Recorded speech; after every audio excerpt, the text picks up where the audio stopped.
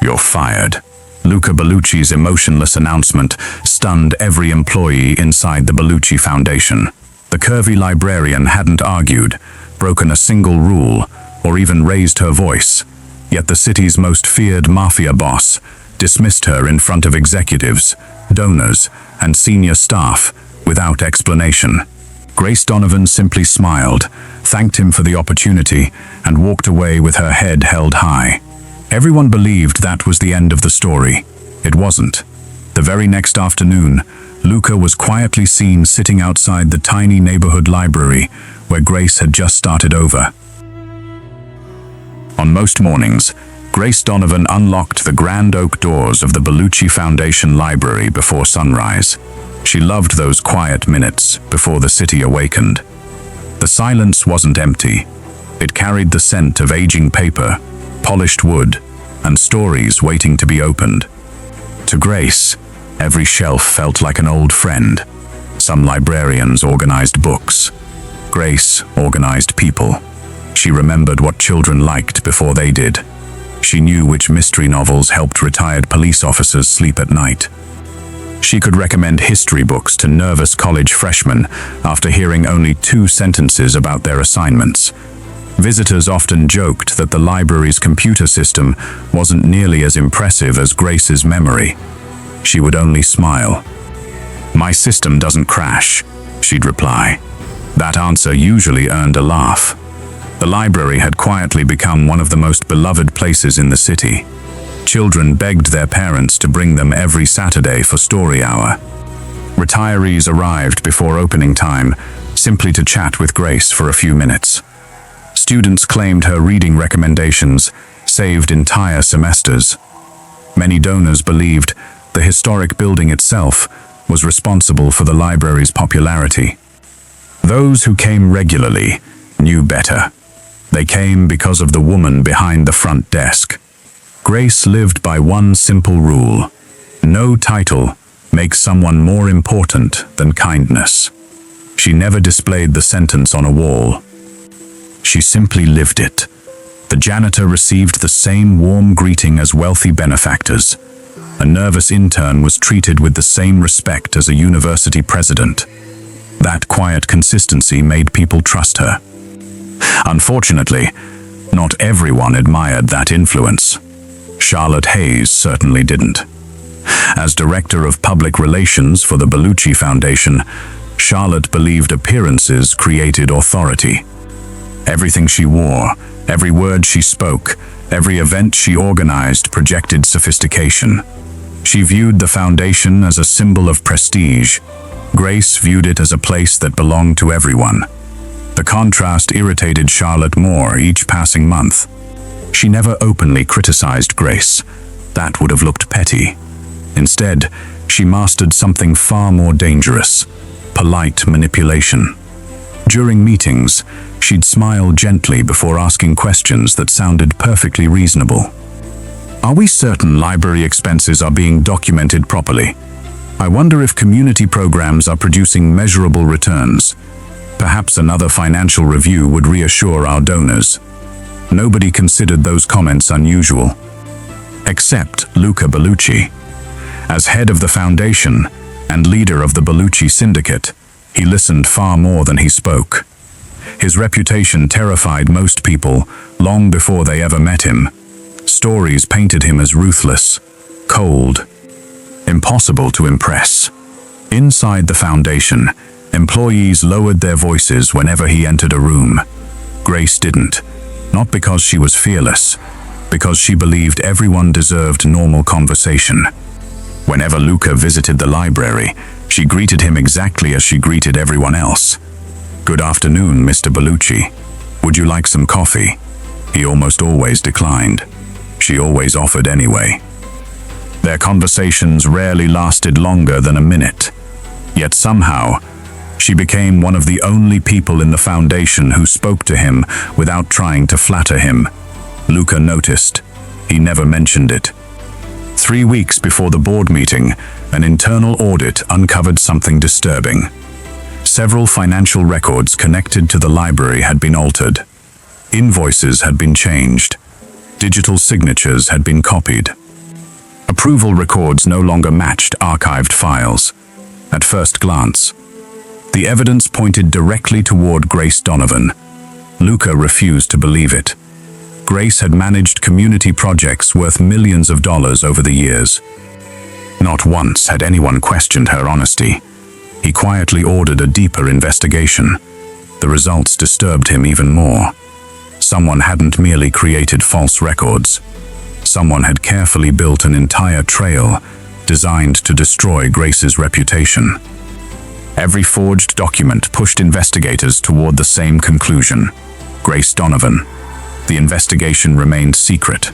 If whoever created the evidence discovered they were being watched, they would disappear. Or worse, they would accelerate their plan. Luca made a decision almost nobody would understand. Grace had to leave the foundation immediately, not because she was guilty, because she was the target. The monthly board meeting arrived on a bright Thursday morning. Department heads filled the conference room. Donors occupied the front rows. Senior executives reviewed financial reports while assistants distributed coffee. Grace stood near the presentation screen, ready to introduce her newest literacy initiative. She had spent weeks preparing it. Her proposal would deliver thousands of donated books to neighborhoods where children had little access to libraries. The first few slides received approving nods. Several board members smiled. Then Luca spoke. "Miss Donovan." Grace looked toward him. "Yes, Mr. Bellucci?" His expression remained unreadable. "Your employment with the Bellucci Foundation ends today." The room froze. Even the air seemed to stop moving. Nobody spoke. Nobody breathed. Grace stared at him for several long seconds. Confusion flickered across her face, but anger never appeared. She slowly closed her presentation folder. "May I ask why?" "No." His answer was immediate. Professional. Final. For a heartbeat, everyone expected an argument. Instead, Grace nodded gently. "I understand." She gathered her notes with calm, practiced movements. Then she looked around the room. "It has been a privilege serving this library." She smiled at several volunteers sitting near the back. "Everything for next month's reading program has already been organized. The instructions are labeled by color. You'll be fine." Someone lowered their eyes. Another employee quietly wiped away tears. Grace walked toward the exit without another word. Her dignity somehow made the moment even more painful. The heavy doors closed behind her. Only then did whispers spread across the conference room. What happened? Did she break policy? Was there misconduct?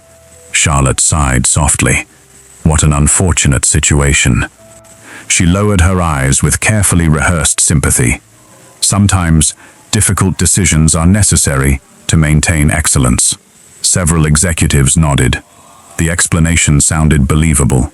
Luca remained silent, because only he knew the truth. He had just sacrificed the trust of the one employee who had never once asked anything from him. As everyone slowly left the room, he remained seated. His chief of security approached. "She's gone." Luca stared at the empty chair Grace had occupied moments earlier. "Keep surveillance on her." The man frowned. "Protection?" "Yes." "Should she know?" Luca stood. "No. If everything goes as planned, she must believe she simply lost her job." Outside the foundation, Grace stepped into the afternoon sunlight, carrying a single cardboard box. Inside were family photographs, a favorite mug, and a stack of handwritten reading lists prepared for children who would now never receive them from her. She looked back at the magnificent library one last time, then quietly whispered to herself, "Well, I suppose it's time for a new chapter." Grace Donovan spent exactly one evening feeling sorry for herself. She allowed herself a bowl of chocolate ice cream, an old romantic comedy, and one dramatic conversation with her best friend Olivia. By 9 o'clock that night, she placed the empty bowl in the sink, tied her hair into a loose ponytail, and opened her laptop. If one library doesn't want me, she shrugged. Another one probably does. Olivia blinked. That's your recovery process? Grace smiled. What else am I supposed to do? Write an angry letter? No, I'd rather update my resume. By noon the following day, Grace had submitted applications to 6 libraries across the city. Only one replied immediately. It wasn't prestigious.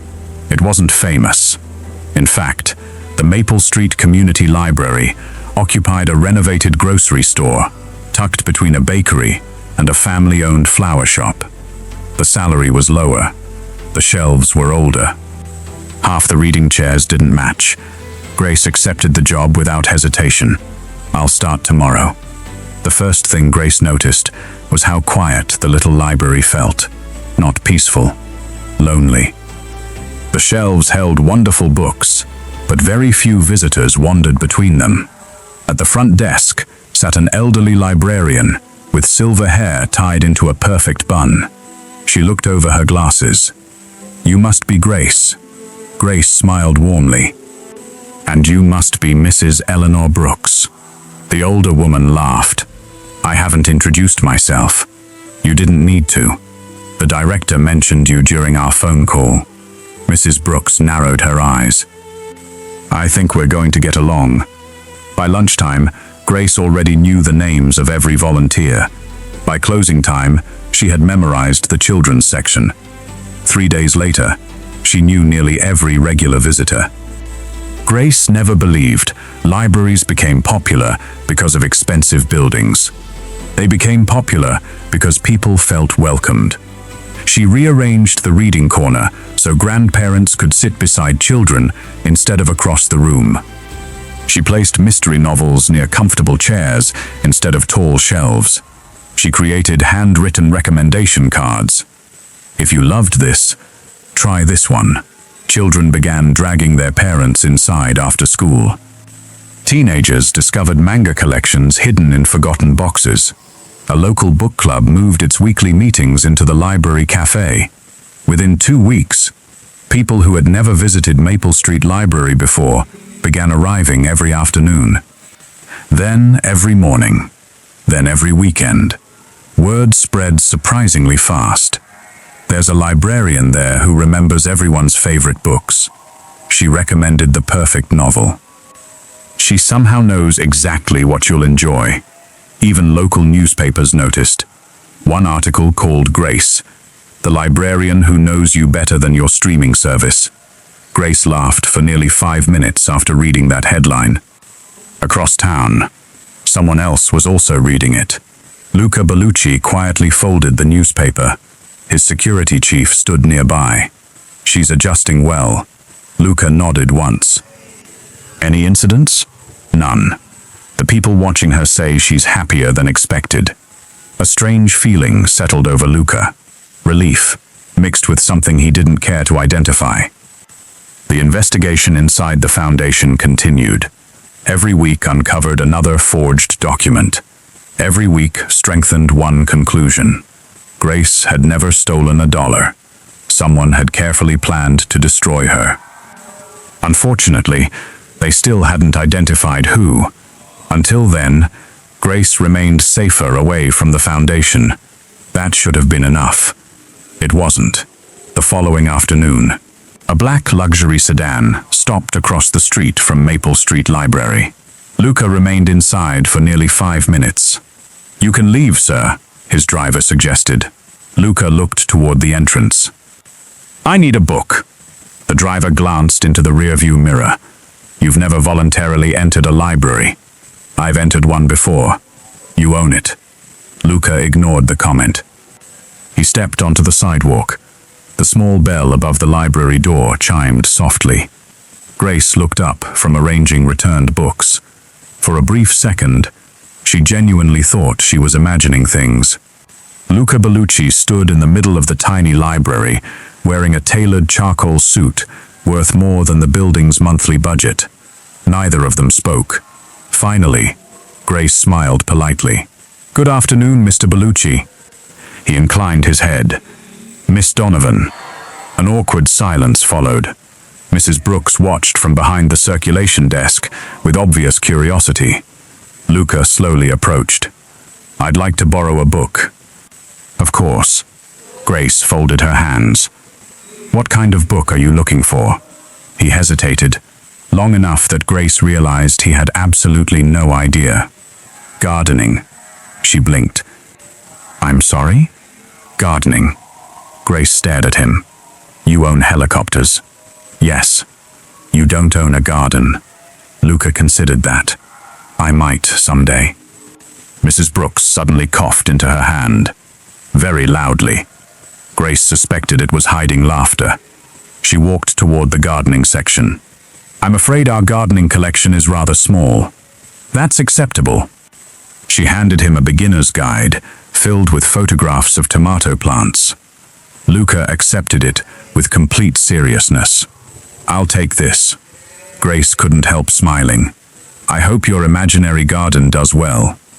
"So do I." The next afternoon, he came back. Grace looked at the returned book. "You finished it already?" "Yes." "What did you learn?" Luca paused. "Water is important." Mrs. Brooks abruptly disappeared into the staff room. A muffled laugh echoed through the hallway. Grace bit her lip. "I see. Would you like another book?" "Yes." "What subject?" He looked toward the shelves.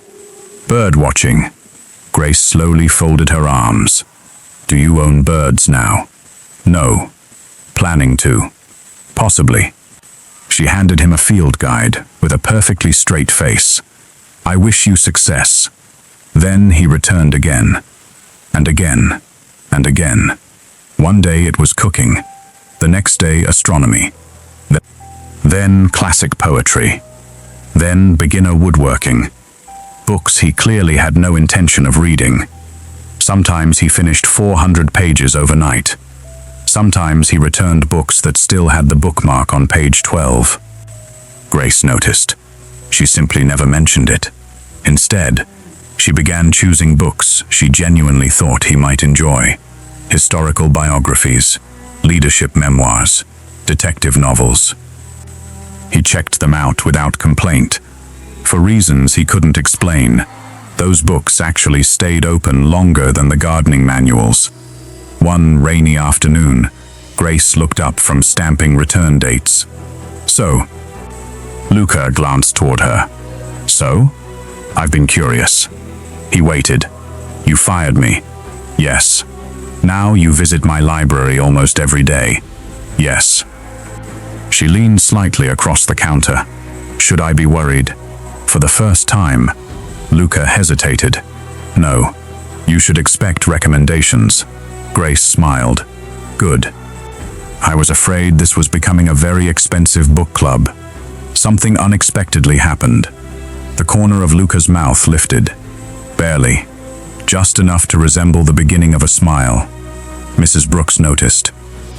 She quietly whispered to a volunteer, "I don't believe that man has ever smiled before." The volunteer whispered back, "I think the librarian is repairing him." Grace, completely unaware of the conversations happening around her, stamped another return slip. "Your due date is next Thursday." Luca accepted the book. "I'll return it." Grace raised an eyebrow. "Hopefully on time." He looked at her for a moment. "I'll do my best." As he walked toward the exit, Mrs. Brooks watched him through the front window until he disappeared into the waiting sedan. Then she turned to Grace. "My dear." Grace looked up. "I believe that man is borrowing books for reasons that have absolutely nothing to do with reading." Grace laughed. "Oh, Mrs. Brooks, you're reading far too many romance novels." Mrs. Brooks smiled knowingly. "No, dear. I think you aren't reading enough." By the beginning of the third week, Luca Bellucci had become the Maple Street Library's most predictable mystery. Every Tuesday, every Thursday, every Saturday, at precisely 3:15 in the afternoon, a black luxury sedan appeared across the street. 3 minutes later, the front door chimed. Grace barely looked up anymore. "Good afternoon, Mr. Bellucci." "Good afternoon, Miss Donovan." The exchange had become so routine that children no longer whispered when he entered. Instead, they simply moved aside so the tall man in the expensive suit could reach the circulation desk. Only newcomers still stared. Regular visitors had accepted an unusual truth. The city's most feared mafia boss had somehow become one of the library's most consistent patrons. Not everyone found the situation mysterious. Luca's security team certainly didn't.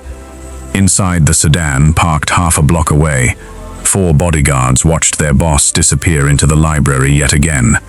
Marco checked his watch. 3 minutes. Tony grinned. "What are we betting today?" "History." "No." "Cooking." "I say, romance." Marco laughed. "Our boss? Our boss?" "Impossible." Tony shrugged. "Last week he borrowed poetry. Nothing is impossible anymore." The youngest guard pulled out his phone. "I've started keeping statistics." Marco turned around. "Statistics?" "Books borrowed. Visit length. Number of times he pretends he doesn't know where the shelves are." Tony burst into laughter. "You actually made a spreadsheet." "I like data." Marco shook his head. "We protect the most dangerous man in the city, and somehow we've become librarians." Inside, Grace handed Luca another returned receipt. "You've been very responsible lately." "I've improved. You haven't paid a late fee in almost 2 weeks." "I dislike penalties." Grace smiled knowingly. "I'll remember that." Luca nodded without realizing those words would soon become important. Mrs. Brooks observed everything from the front desk. She had worked in libraries for 42 years. She had witnessed shy teenagers fall in love between bookshelves. She had watched elderly couples hold hands while reading newspapers. She recognized quiet affection long before the people involved did. Grace, however, remained completely oblivious. One afternoon, Mrs. Brooks finally asked, "My dear," Grace looked up, "has it occurred to you that Mr. Bellucci may not actually care about gardening?" Grace laughed. "He returned that book days ago, and now, today he's borrowing architecture." Mrs. Brooks tilted her head. "Does he own buildings?" Grace blinked. "Actually, he owns quite a lot of buildings." The older woman sighed dramatically. "There goes my theory." Luca's visits slowly change. At first, he came only to borrow books. Now, sometimes he stayed. He would sit near the tall windows overlooking Maple Street. A book remained open in his hands. Whether he read more than a few pages was another matter. Grace occasionally noticed him staring outside instead. One rainy afternoon, a little girl approached his table. "Mister?" Luca looked up. "Yes?" "My book is too high." She pointed toward the top shelf. Without a word, Luca stood, retrieved the colorful picture book, and handed it to her. "Thank you." She smiled brightly before running away. Grace watched the entire exchange. "You handled that well. I've negotiated with adults. Children are less intimidating." Grace laughed. "I don't think most parents would agree." The atmosphere inside the library felt lighter whenever Luca visited. Oddly enough, not because of him, because of Grace. She never treated him like a mafia boss.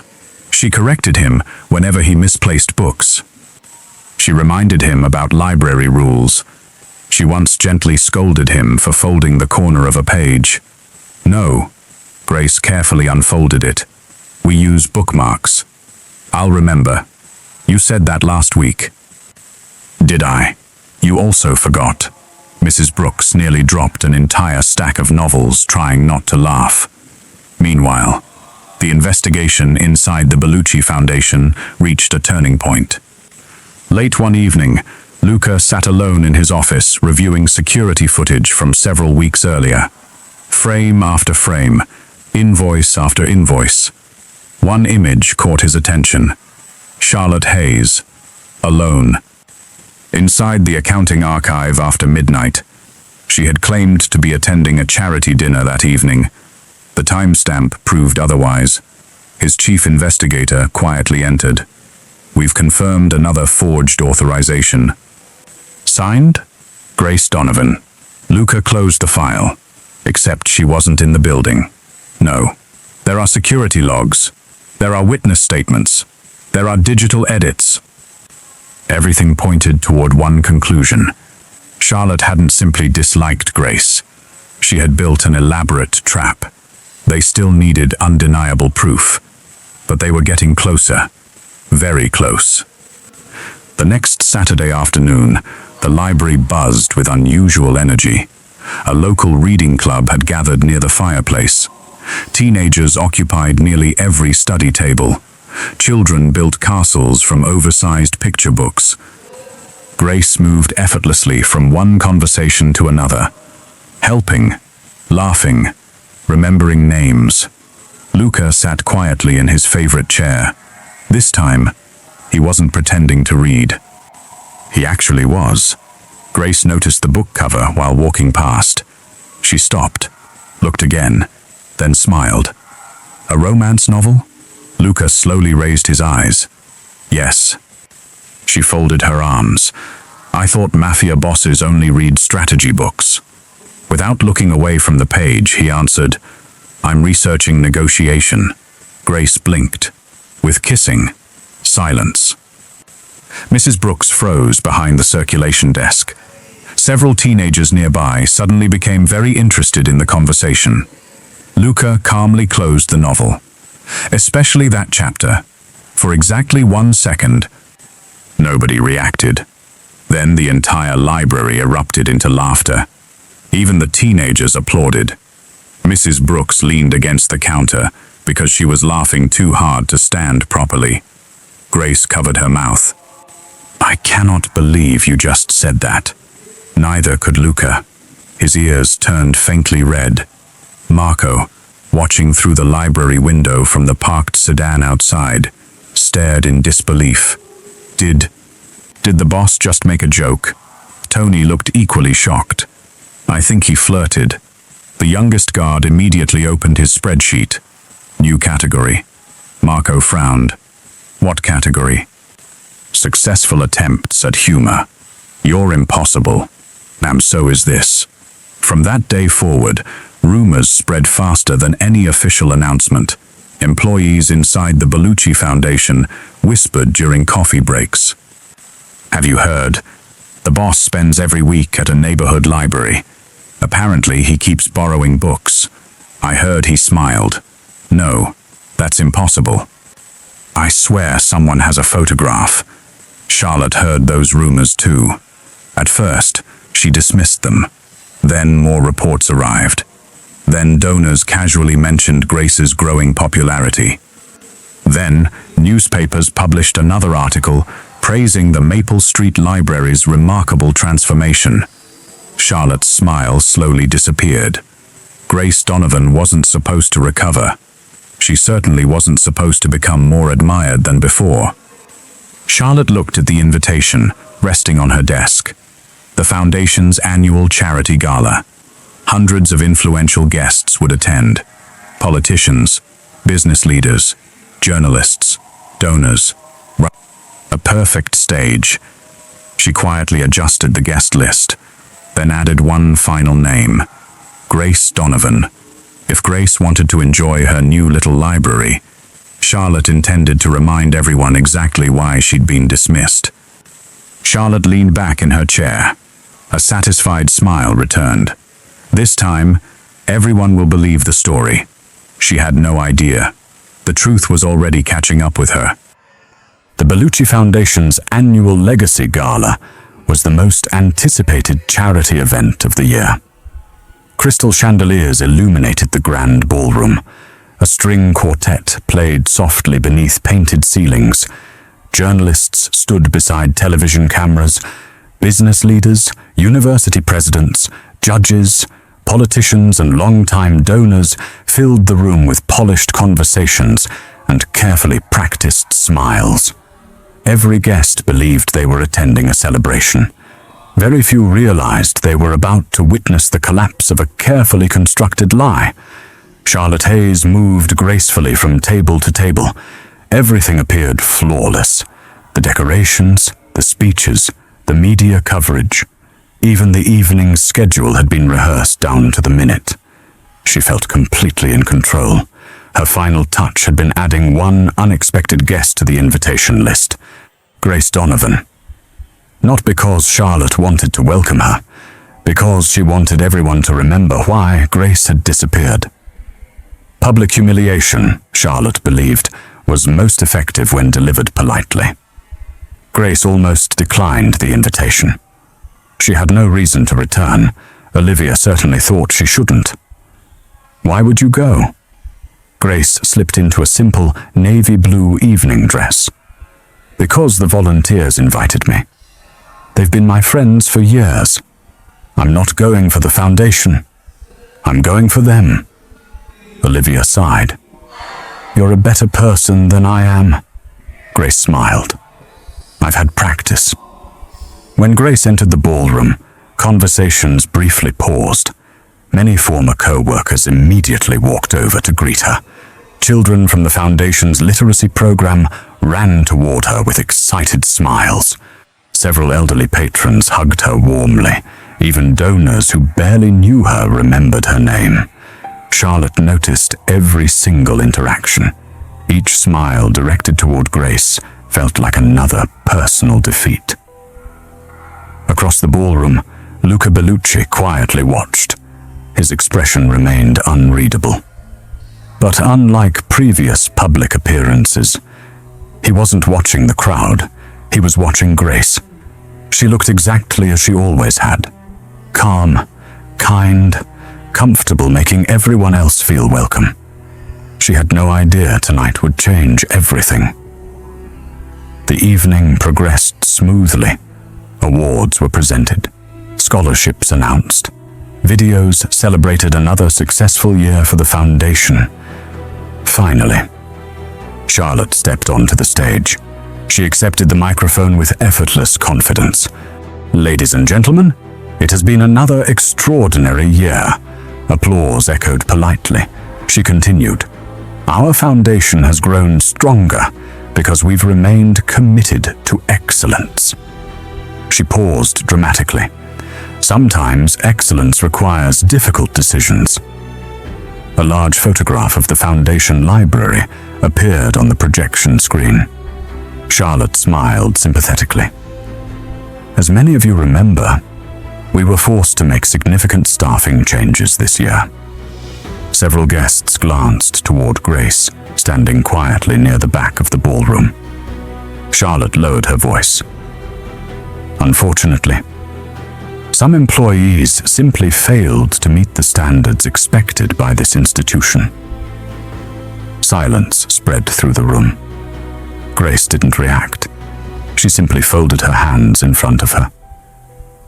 She had learned long ago, not every accusation deserved an immediate answer. Charlotte mistook that silence for surrender. She continued, Our responsibility has always been protecting the Foundation's integrity. She smiled, and I believe history has proven those decisions were necessary. Before she could continue, another voice interrupted. History hasn't. Every head turned. Luca Bellucci slowly rose from his chair. The ballroom became perfectly silent.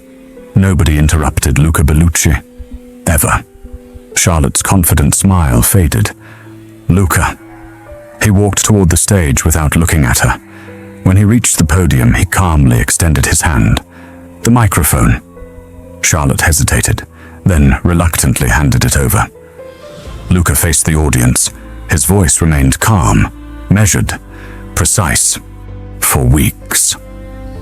The Foundation has conducted a confidential investigation into financial fraud. Whispers spread across the ballroom. Charlotte felt her heartbeat quicken. Luca continued, Tonight, the investigation is complete. He looked toward the accounting department. Display Exhibit 1. The projection screen changed. Digital security logs appeared. Dates, times, electronic access records. Exhibit 2. Another document replaced the first. Surveillance photographs, accounting reports, internal authorization records. The audience leaned forward. Luca spoke without emotion. Every allegation made against Grace Donovan was false. The room fell completely silent. He didn't stop. The financial evidence was fabricated. The signatures were forged. The accounting trail was intentionally manipulated. Gasps echoed across the ballroom. Charlotte's face turned pale. No, that's impossible. Luca ignored her. Display the archive footage. Video filled the enormous screen. Charlotte entered the accounting office after midnight. Charlotte accessing confidential files. Charlotte editing records. Charlotte copying authorization forms. Frame after frame, date after date. There was no explanation left, only evidence. Charlotte stumbled backward. You don't understand. I was protecting the foundation. No. Luca's voice remained steady. You were protecting yourself. Security officers quietly approached. Charlotte looked desperately around the room. Nobody defended her. Not one executive. Not one donor. Not one employee. The silence she had once used against Grace had finally turned against her. She lowered her head. For the first time in years, she had nothing left to say. The officers escorted her from the ballroom. No applause followed. Only silence. Luca remained standing before hundreds of guests. Then, he did something nobody expected. He stepped down from the stage, walked across the ballroom, past executives, past politicians, past television cameras. He stopped directly in front of Grace. For several seconds, neither of them spoke. The room held its breath. Finally, Luca looked directly into her eyes. I owe you an apology. Nothing more. No excuses, no speech, no attempt to justify what he had done. Just 5 honest words. Grace studied him quietly. Then, she smiled. I've been waiting. Relief flickered across Luca's face. It lasted exactly 1 second. Grace slowly folded her arms. So, you fired me? Yes. You secretly followed me to another library? Yes. You borrowed 12 books? Yes. And somehow? She tilted her head. You still managed to return 3 of them late. For 1 heartbeat. The ballroom remained silent. Then laughter exploded through the room. Even journalists laughed. Several executives covered their faces. Mrs. Brooks, seated beside the volunteers, laughed so hard she nearly dropped her glasses, for the first time anyone could remember. Luca Bellucci smiled without restraint. I'll pay the late fees. Grace pretended to think about it. She looked wonderfully serious. That's not enough. The audience immediately quieted again. Luca nodded. What do I owe? Grace answered with perfect composure. Dinner. The room erupted into applause before Luca could respond. Someone whistled. Several volunteers cheered.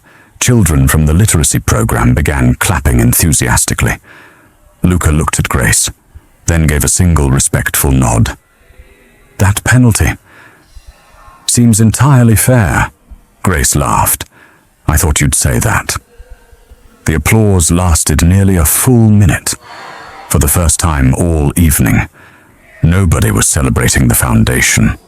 They were celebrating justice.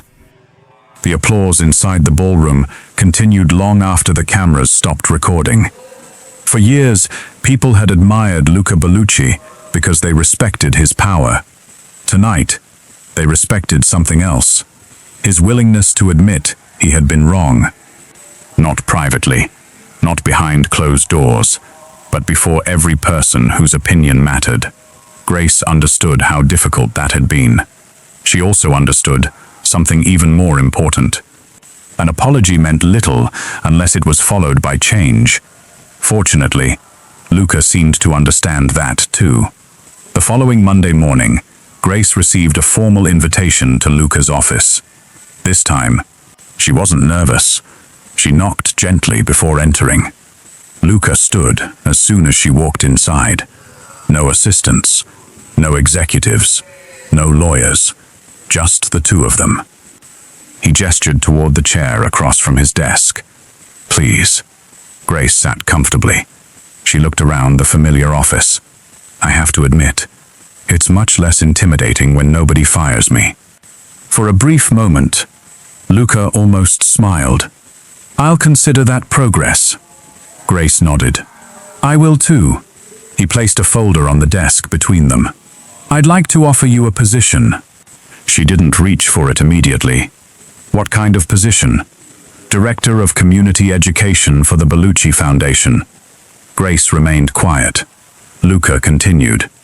"You would oversee every literacy program, every public library partnership, every educational outreach project. You'd have complete authority over community initiatives." Grace finally opened the folder. The offer was generous. The salary exceeded anything she had ever imagined. The resources could transform countless lives. She closed it again. "I have one condition." Luca looked at her. "I'm listening." Grace smiled softly. "The Maple Street Community Library will receive permanent funding." Luca didn't hesitate. "Done." She blinked. "You didn't even ask how much." "I don't need to. If you believe it's necessary, so do I." Grace studied him for a long moment, then extended her hand across the desk. "I accept," instead of shaking her hand immediately. Luca looked at it for half a second, then took it carefully. Not like a business agreement, more like a promise. The announcement spread across the city within hours. Newspapers praised Grace's return. Community leaders celebrated the foundation's renewed commitment to public education. The Maple Street Library received enough funding to renovate its reading rooms, expand its children's collection, and hire additional staff. Mrs. Brooks celebrated by baking 3 apple pies. Nobody knew why 3. She insisted 1 simply wasn't enough. Months passed. Grace transformed her new department exactly as she had transformed every library she had ever touched. Reading festivals doubled in attendance. Mobile libraries traveled into underserved neighborhoods. Scholarship programs expanded. Children who had never owned a single book began building home libraries of their own. Whenever reporters asked how she achieved so much, Grace always gave the same answer. "You start by remembering people. The books come afterward." Luca kept another promise. He continued visiting Maple Street Library every week. Officially, he claimed he wanted to support local literacy programs. Nobody believed him, least of all Mrs. Brooks. Whenever his black sedan appeared outside, she'd quietly whisper, "Our most reliable customer has arrived." The volunteers would smile. Someone usually started a timer, not because they doubted he'd borrow another book, because they wondered how long it would take before Grace caught him pretending to understand it. One Thursday afternoon, Grace walked through the fiction section, carrying a stack of returned novels. She stopped. Luca sat in his favorite chair near the window. A thick novel rested across his chest. His eyes were closed. The book hadn't moved for quite some time. Grace quietly approached. She gently lifted the novel from his hands. He still didn't open his eyes. She glanced at the bookmark. It remained exactly where it had been 45 minutes earlier. Grace smiled. "So, no response." She tried again. "Finish chapter 3. Without opening his eyes, Luca answered, "I was thinking." Grace looked at the untouched page. For 45 minutes, it was. He searched for an explanation. A complicated sentence. Several children sitting nearby immediately burst into giggles. Mrs. Brooks looked over her glasses. "I've read that book. There aren't any complicated sentences." Luca finally opened one eye. I may have been reflecting. Grace laughed. On punctuation, very deeply. The children laughed even harder. As the laughter faded, Grace returned the novel to his hands. You're lucky. Oh? You still have borrowing privileges. Luca looked up. I was unaware they were in danger. They always are. What determines my eligibility?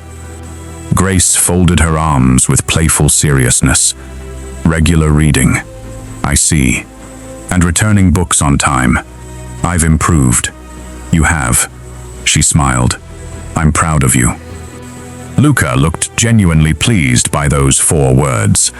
Mrs. Brooks quietly leaned toward a nearby volunteer. I've watched kings receive less meaningful compliments. Late that afternoon, the library gradually emptied. Sunlight streamed through the tall windows, painting warm patterns across the wooden floor. Children waved goodbye. Parents thanked Grace for another wonderful day. The last volunteer locked the meeting room. Silence slowly returned. Grace stood beside the front desk, organizing tomorrow's reading schedule. Luca helped place several returned books onto a cart. His shelving skills were improving. Slowly, very slowly. Grace watched him place a biography between 2 mystery novels. She sighed dramatically. Wrong shelf. He looked at the labels. I was close. You were in the correct building. He quietly moved the book. Better? Much. He looked at her. I've learned something. Grace tilted her head. Only one thing. Today. I'm listening.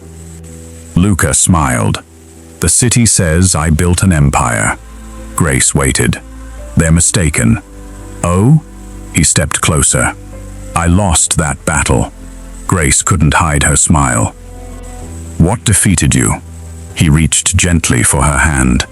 Not hurriedly, not dramatically, simply because it felt natural. No. He shook his head. Not what? Who? He looked directly into her eyes. The librarian. Grace squeezed his hand. And are you planning to surrender? Luca answered without hesitation. I already did.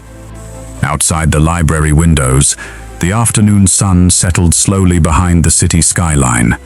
Inside, shelves filled with stories surrounded 2 people who had discovered something neither power nor wealth could ever purchase.